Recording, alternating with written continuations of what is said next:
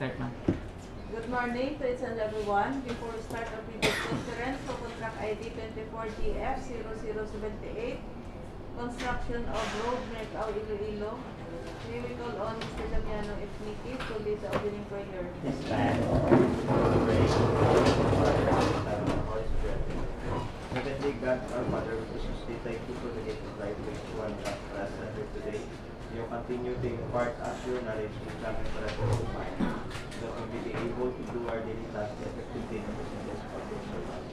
Give us all the senses to provide equal service and opportunity to the living people, as well as the ability to work together where work makes to seek welfare for our district.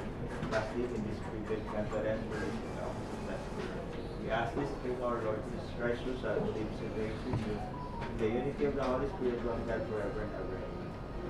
Fathers. We will call on our back secretariat to do the roll call of the members of the back, DPWH back secretariat members, as well as contractors representatives who are present today. Thank you, Madam Chairperson. Again, good morning. Ladies and gentlemen, as I call your names, please acknowledge Engineer Ninfa Enriquez, back Chairperson. Present. Engineer Japet Di Manuel, back Vice Chairperson. Present. Engineer Gini Herminal, back regular member. Present. Engineer Antonio Aron Cepeda, back regular member. Present. Mr. Damiano Nikki, back regular member. Present. Engineer Lira Quinca, back provisional member. Present. I would like also to acknowledge the presence of the member of the back secretariat, Mr. Francisco Castillo, the staff of the back secretariat, Engineer A. Tolentino, and yours truly, Engineer Patricino, head of the back secretariat.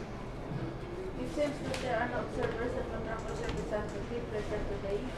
Based on Section 22.3 of the 2016 revised IRR of RA 9184 and ITV 9.1, attendance shall not be mandatory. Since the majority of the back members are here, I declare this private conference for 24PF0078 today with quorum. I now call this private conference to order. I will give the floor to our back secretariat to read and discuss the agenda of today's private conference. Agenda of today's private conference, brief presentation, explanation by the back of the following: the basic contract data, including contract description, approved budget for the contract and duration, requirements of bidding documents, including instruction to bidders, general conditions of contract, special conditions of contract, specifications, drawings, bill of quantities, and forms.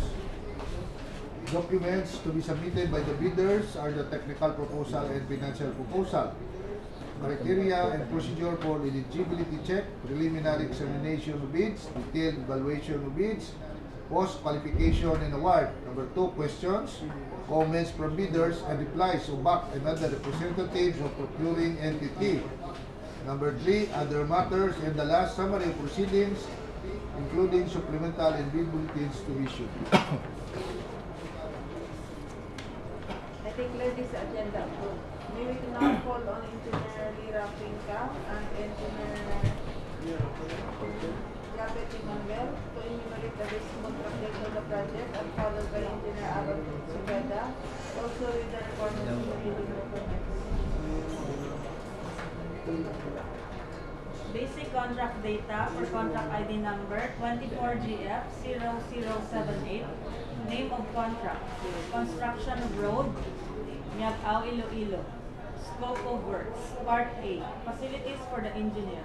Part B, other general requirements. Part C, earthworks. Part D, sub-base and base course. Part E, surface course. Part G, drainage and slope protection structures. Approved budget for the contract: 4,900,000 pesos. Contract duration: 47 calendar days. Pickup license category: C and D or small d. Cost of bidding documents: 5,000 pesos. Interested bidders may obtain further information from the DPWH Iloilo 1st District Engineering Office and inspect the bidding documents at Rizal Street in Bal, Iloilo during weekdays Monday to Friday from 8 a.m. to 5 p.m. A complete set of bidding documents may be acquired by interested bidders address given, and upon payment of the applicable fee for the bidding documents. It may also be downloaded free of charge from the website of the Philippine Government Electronic Procurement System or PhilGEPS and the website of the Procurement Committee, provided that bidder shall pay the applicable fee for the bidding documents not later than submission of their bids. Bid submission may be done manually or electronically online. However, bidders should only select one mode of submission, either manual or electronic. Similar to manual submission, the guidelines for the preparation and submission of an electronic bid are contained in the bid data sheet. Bids must be duly received by the Box Secretariat at the address given for manual submission or at electronic bids _Iloilo1 at dpwh.gov.ph for electronic submission on or before July 1, 2024 at 10 a.m. All bids must be accompanied by a bid security and any of the acceptable forms and in the amount stated in Instruction to Bidders, Clause 18. Bid opening shall be on July 1, 2024 after the eligibility processing at Procurement Office, DPWH Iloilo First EO, Rizal Street, Gimbal, Iloilo. Bids will be opened in the presence of the bidder's representatives who choose to attend at the address given. Late bid shall not be accepted. The DPWH Iloilo First District Engineering Office reserves the right to reject any and all bids, declare a failure of bidding, or not award the contract at any time prior to contract award in accordance with Section 41 of RA 9184 and its IRR, without hereby incurring any liability to the affected bidder or bidders. Madam Chairperson, I will not discuss the bidding requirements anymore because the requirements of the bidding documents are stipulated in the Philippine Bidding Document 62. We suggest that bidders should read this. Okay, now we proceed to the technical, financial, and eligibility requirements. Our Box Secretariat member will be the one to read the requirements as well as the criteria, procedure for eligibility check, preliminary examination of bids, detailed evaluation of bids, post-qualification, and award.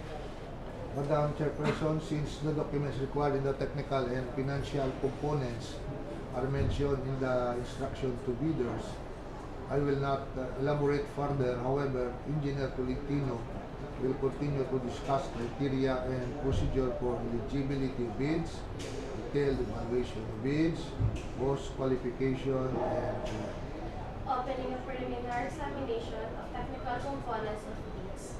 The purpose of this examination is solely to determine the presence or absence of each of the required documents comprising the bid, as stated in Section 3.5.2, using a simple non-discretionary pass if present or fail if absent criterion with the aid of checklist. Eligibility check. After the preliminary examination of the technical components of the bids, the BAC, assisted by its Box Secretariat, shall conduct eligibility check of each bidder that pass the documentary requirements for the technical components of the bids. That is, the BAC shall determine if the bidder is eligible to bid for the contract being procured. This shall be done electronically using the DPWH-CWA. Preliminary examination of financial components of the bids. The BAC shall then open the financial component of the bid or second envelope of each bidder whose technical component of the bid was rated as passed, with complete documentary requirements and was declared to be eligible for the contract. Criteria for detailed evaluation of bids. In the detailed evaluation of the bids that passed the preliminary examination, the BAC shall apply non-discretionary criteria, including the following: completeness of bids, arithmetical corrections, evaluation on equal footing, and discrepancies. Bid prices in figures words per bid. Total price per item versus unit price per bids. Total price versus actual sum component items, actual sum per bids. Unit cost in bid estimate versus unit cost in BOQ per bids. And total calculated bid prices. Post-qualification. The post-qualification shall verify, validate, and assert that all statements made and document submitted by the